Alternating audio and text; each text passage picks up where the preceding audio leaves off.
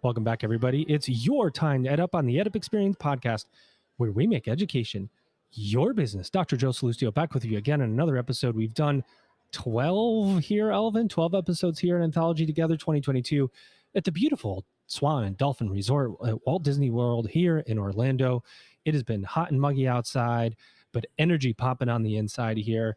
We've talked to amazing anthologists. We've talked to users. We've talked to administrators. We've talked to student service professionals, fundraising professionals. We've talked to everybody that we could possibly talk to. And I've done a lot of talking. There might only be one person here at this conference that has done more talking than me. Only one, but I'm not sure. I'd be willing to bet I did as much talking, perhaps. But here he is, ladies and gentlemen. His name is Jim Milton, and he's CEO of Anthology. Jim, what's happening? So, Joe, lots is happening. And I've been doing a lot of listening too, Joe, not just talking. So just for what it's worth, although if I have to clear my throat a few times, yeah, you'll get it. You'll get it. But I guess if you've had 12 of these episodes from here, this will be the baker's dozen. This is the baker's dozen. This is a big one. So yes, really, really excited to have you folks here yet again. Yeah, you and Elvin do phenomenal work. Thank you very much. Really appreciate all that you guys do. We appreciate you. And I appreciate you letting me in because, Elvin, you don't know this, but I did run into Jim like first thing on the first day. And he goes, "Hey, who let you in?" Out. So I was like, just like last year, I snuck in. Here I am again. Don't believe a word that he says because there was a red carpet rolled out all the way to the bus that dropped him off. Yeah. I think he actually had his corporate jet that he brought in. I was like, Jim, let me get your jet just for a day. No. Jim, so this is kind of a landmark event for Anthology. It's kind of like last year was the inaugural landmark Anthology launch. I remember talking to you last year about securing the Anthology logo and rights in 5 countries and the marketing and branding that came with the whole rebrand. And then all of a sudden, the next year, you're merging with another large company, Blackboard. And there's somebody walking behind me with a mic with a walkie-talkie. Anyway, you merging with Blackboard, and now this conference is like doubled in size. There's people here using Blackboard. There's anthologists all over the place. You're merging 2 huge companies, multi-billion-dollar companies. How is it all going? So I like to measure success or not such good success by what clients are saying. That ultimately is it kind of cuts through everything else. And the feedback has been phenomenal. We're now about 9 months into this combination between Blackboard and Anthology, and the feedback has been phenomenal. And I think hopefully you've heard that as well. Absolutely have. Conference. So, and that's what really matters to me is how the clients are feeling. Whenever you pull off a combination of this magnitude, and this is a transformational combination that has occurred within education technology. But when you pull off something like that, I in fact talked about this on stage on the first day. First and foremost, we have to achieve that very simple mathematical formula that you learn very early in your educational career, which is 1 + 1 = 2. Mm-hmm. So Elvin, you listening? Yeah, we first had we had to get to that mathematical equation, meaning I really liked working with Anthology pre this combination. I really liked working with Blackboard pre this combination. So let's not mess it up, to quote some customers that I spoke to even leading up to this combination. So I feel very good about that. I'm hearing sort of no downside relative to how we've performed as a company. And hopefully that's the case with the audience as well that is listening. Yeah, it's been very positive. And, but one of the things that we have noticed, and we talked about it, and it would come back to what you just said, is how does this affect me and my use of this technology? And what does this mean for my job?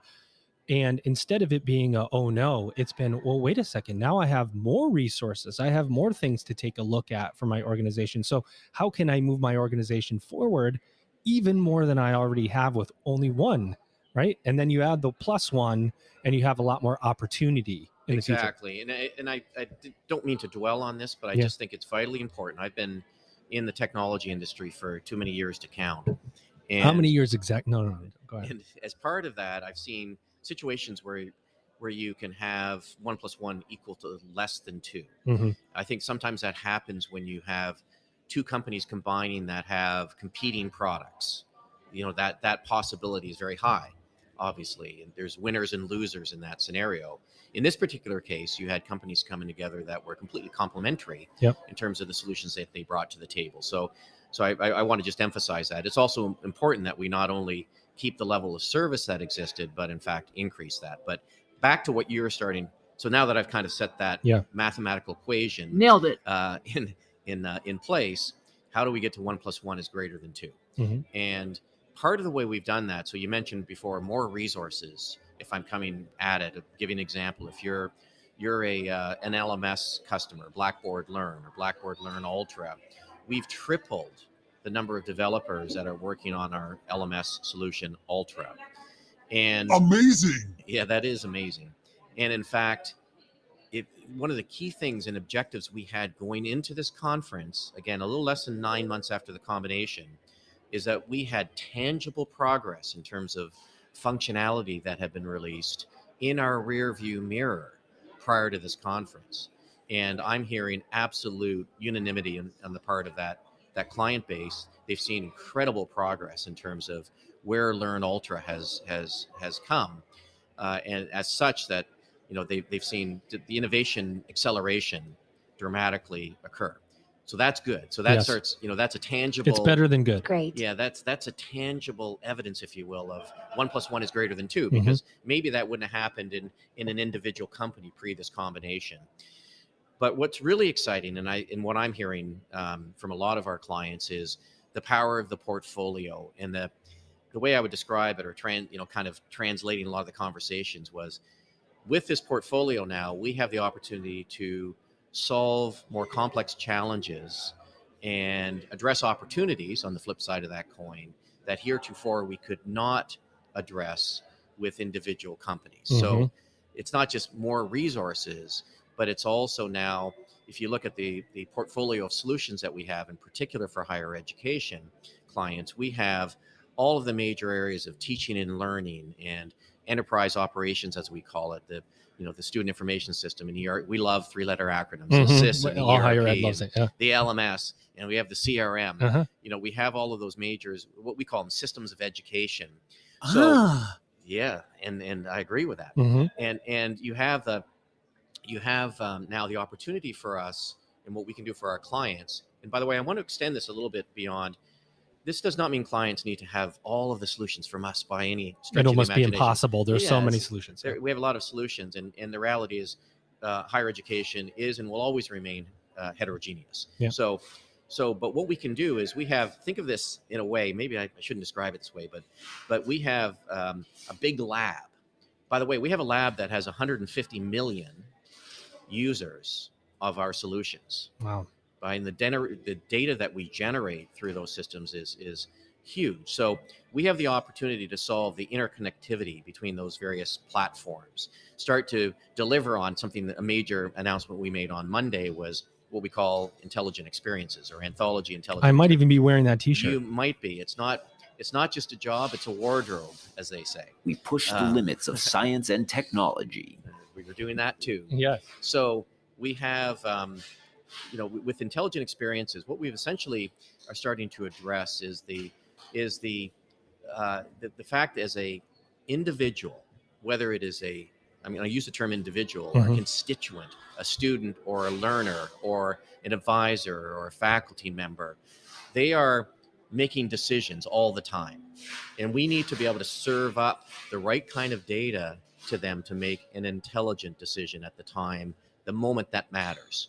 And that sounds, in one sense, that sounds far-fetched. But if you think about in the normal day-to-day world, examples we talked about, as you're using a GPS and you're trying to make a decision on the route that you're going to go from A to B, it may serve up several routes for you. It may say, do you want to take toll roads? Right? That's There's an example. one for 45 minutes and one for 41. Exactly. And it's going to cost me $17.50 if I take the toll roads.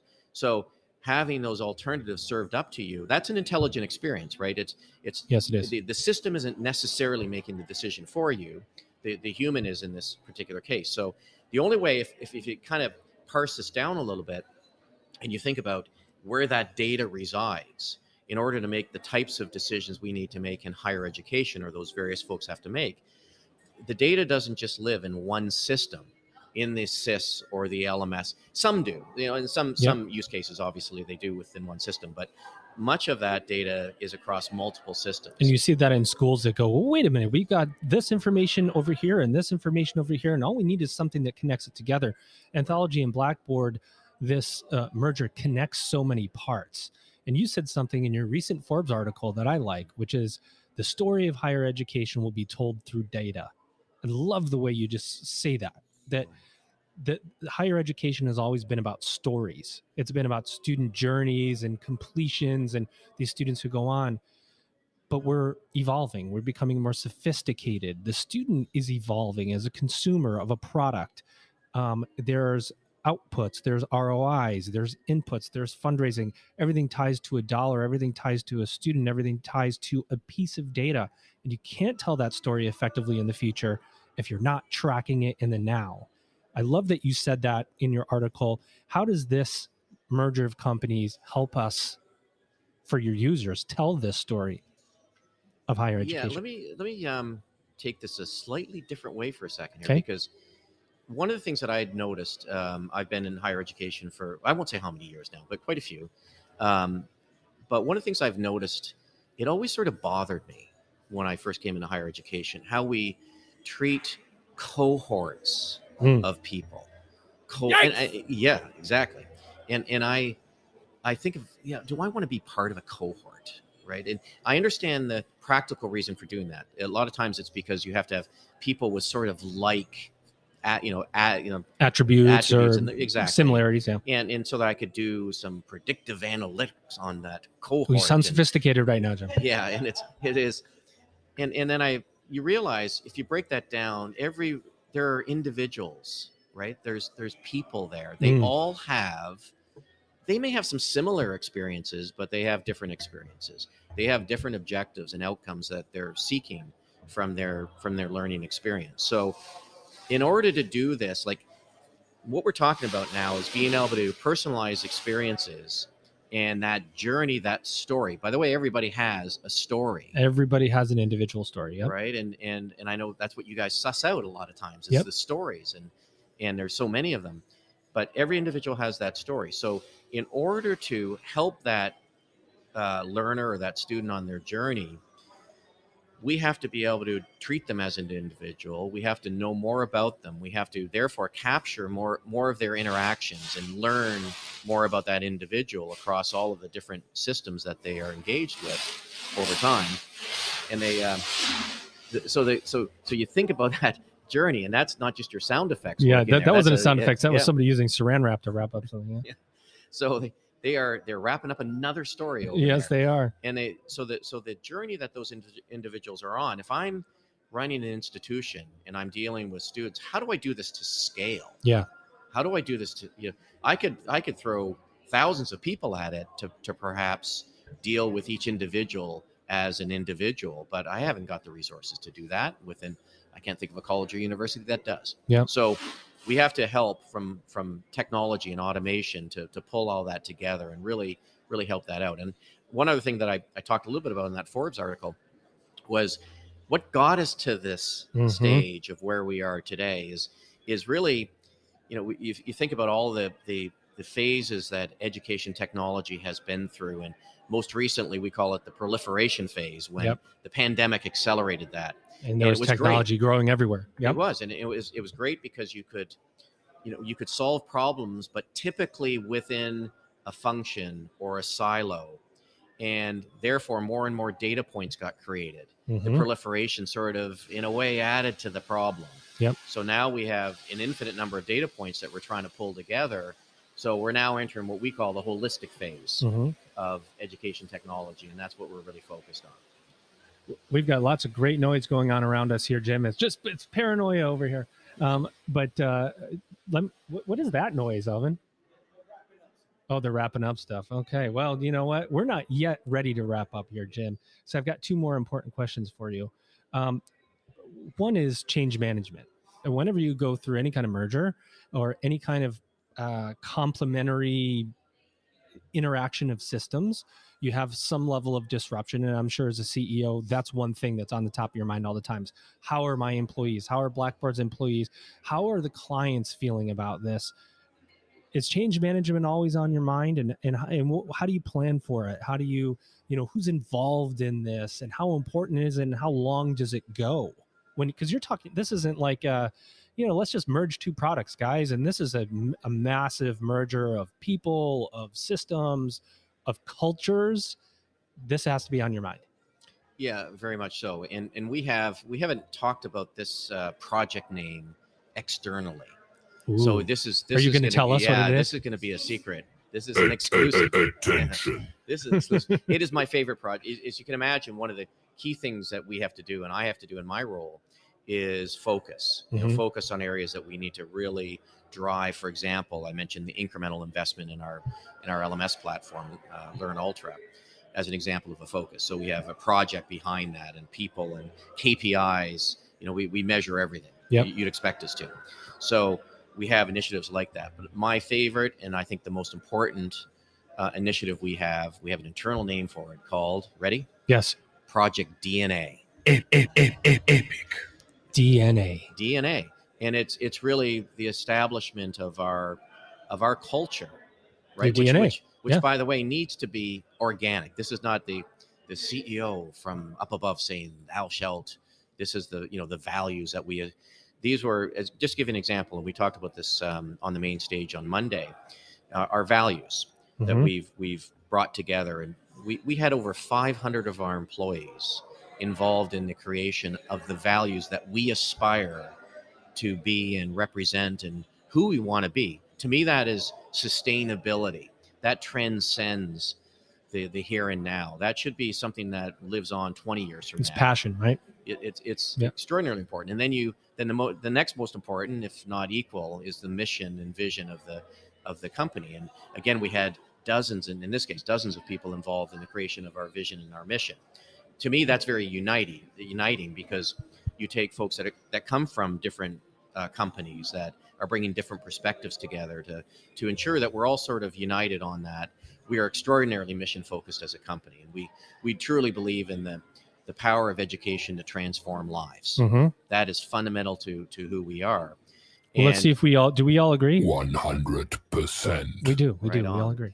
And it's so important because if we, one of the things that I talk to, if I'm talking to our developers, we have over 1,000 developers. Oh, wow. If I'm talking to our developers and they're working on something, I think I have them imagine in their minds a student, especially a non-traditional. Can we use the term non-traditional? There's more non-traditional students. Working learners might be, the non-traditional is the new traditional. Exactly. So, but think of somebody, it could be in the U.S. context, a single mother of two, or it could be a former inmate in a prison that has, we're having a second chance at a successful life. Whoever, or just think of a traditional student. Yep. That's who we're impacting. 150 million of them. So that, to me, Wow. So back to when the integration. How long does it go on? How does it? Forever in a way. You'll be right? looking at it forever to me because that mission and vision that we have is really what we're driving to over the course of the next several decades. So we always want to be continuously challenging ourselves and bringing in new ideas and thoughts. So I don't know that we're ever settled, if you want to use that term. So, but that being said, the bulk of the integration, the technical aspects of the integration are behind us. That's now, kind of the 9 easy. months. I mean, I hate to say that's the easy part, It is. but technology doesn't have feelings necessarily, so it integrates or it doesn't, or you have people that work on it. But it's those that are affected by the technology, those that use the technology, the users. That's the emotions, where the emotions come from, and any kind of change brings a range of emotion, right? Sure does. That's why I think this conference is so important for you this year, is because you're bringing together Blackboard users and Anthology users, employees of both companies to interact. Do you have any other large projects that you're going to take on from this conference to next conference? Because it seems like you're trying to outdo yourself from year to year, rebranding, merger, I don't know what's coming, but if you want to tell us here live on the EdUp experience, we'll certainly hear it. But Project DNA, maybe a little settling and but we appreciate it. What do you think about this conference compared to last year? And has this, again, I asked you this last year, has this met your expectations? Yeah, so last year, which was the inaugural Anthology Conference, which was so much fun, by the way. We happened to be through in between waves of the pandemic. Actually, It was pretty crazy. So we were able to have a face-to-face conference. This conference has, from a client perspective, triple the number of clients here. So it's much bigger, much broader of a curriculum that we have now. Of course, we have teaching and learning as a big part of the show, but I have to say, and I think I said this on stage today, it seems like weeks ago, but it was, I think, this morning that I was last on stage. What day was it? And on stage, I mentioned this conference has actually exceeded my expectations. Oh, yeah. So, when the CEO says that, it means you've done your job. Yeah, and I kudos to the probably hundreds of people that were involved in preparing this. By the way, kudos to all of the clients that presented. We had, I don't know how many client presentations going on, but part of the value of a conference like this, I think you'd all agree, is that for folks to learn from one another. Yep. Right, from institutions to learn best practices, but also, by the way, a lot of folks I talked to said, find out what didn't work so well and don't repeat that. Yeah, because that can be just as valuable. In fact, I would argue more valuable than what went well. But in any case, I think that the collaboration that has occurred and that those interactions have been phenomenal, and the overall esprit de corps, I think people feel part of a global community. We have clients here from 26 countries, and it's amazing. I was just meeting with one of them from, believe it or not, from Botswana, that was here earlier, and there's some insights that they provided, like the things we can learn from what's going on in other parts of the world, and different models and different needs, right? Exactly. So and it was kind of a long-winded way of saying this has exceeded my expectations, and kudos to all of our folks, and especially our clients, for all their participation and involvement in the conference. Yeah, I heard, and I don't know if this is true, but I heard, because originally there was a different location for this conference, but you guys had too many people for whatever venue you had secured, and it was like, okay, we got to shift this because it's just growing so rapidly. People want to be together. They want to learn about these technologies. They want to be in front of you. They want to be in front of the other executives. Chris Husser was here. He's our first interview of the 3 days talking about intelligent experiences. And I asked, it's funny, I asked him, and I'm going off on a tangent, but I said, how do people know if they're having intelligent experience? And the answer might be, they don't know. They're just able to do their job more effectively, and it's easier. It's not like somebody goes, oh, I just had a really intelligent experience. It's giving them the data that they need to be able to make the decisions to serve students. That's what you've done and why you had this merger. You're growing a massive company that's serving thousands of schools. What's next? Where does Anthology go from here? How do you evolve and elevate this organization? So that was a really long question, by the way. It was a good one. Very good one. And I should be asking questions of you, because you are a client of ours. Oh yeah, that was going to be my last thing, by the way. I was going to say, Jim, so you're blowing up my spot.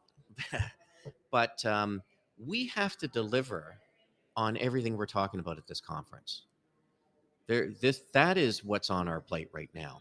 So intelligent experiences that you've hopefully, beyond Chris, you may have heard some more from others on this.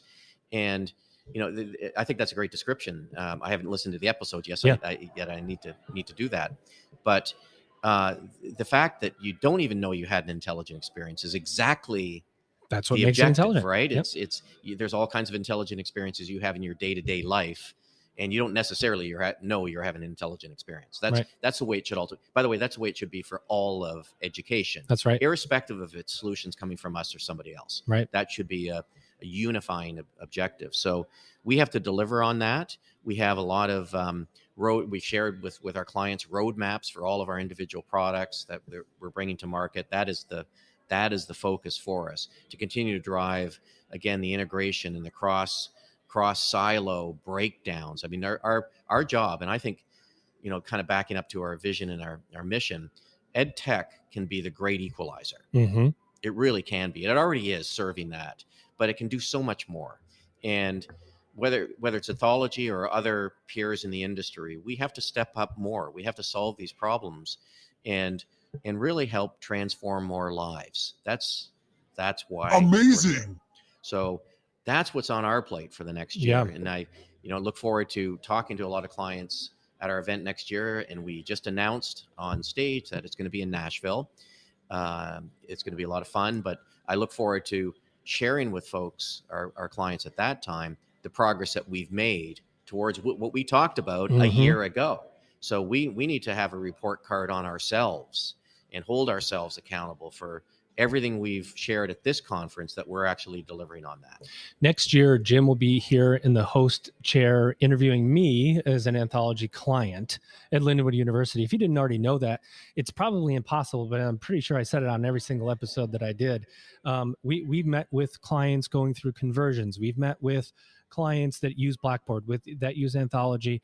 And I want to say to the audience, and with you here, Jim, these aren't plants. This is not like we just go and say, who is the most positive Anthology user, and let's get them on the EdUp experience. We have no idea what they're going to say. I can tell you with absolute certainty, it was 100% positive feedback about the products, 100% positive feedback about the conference. In fact, one of the guests that we had before you, he's from Polytechnic University of Puerto Rico, said this is the best conference he's ever attended. So there's some feedback for you from the people we've interviewed. Any last words, Jim, as before we outro to future of higher ed, future of Anthology, anything you want to say at all? I would say I kind of end where I began by thanking Elvin and yourself for all that you guys are doing to bring this out.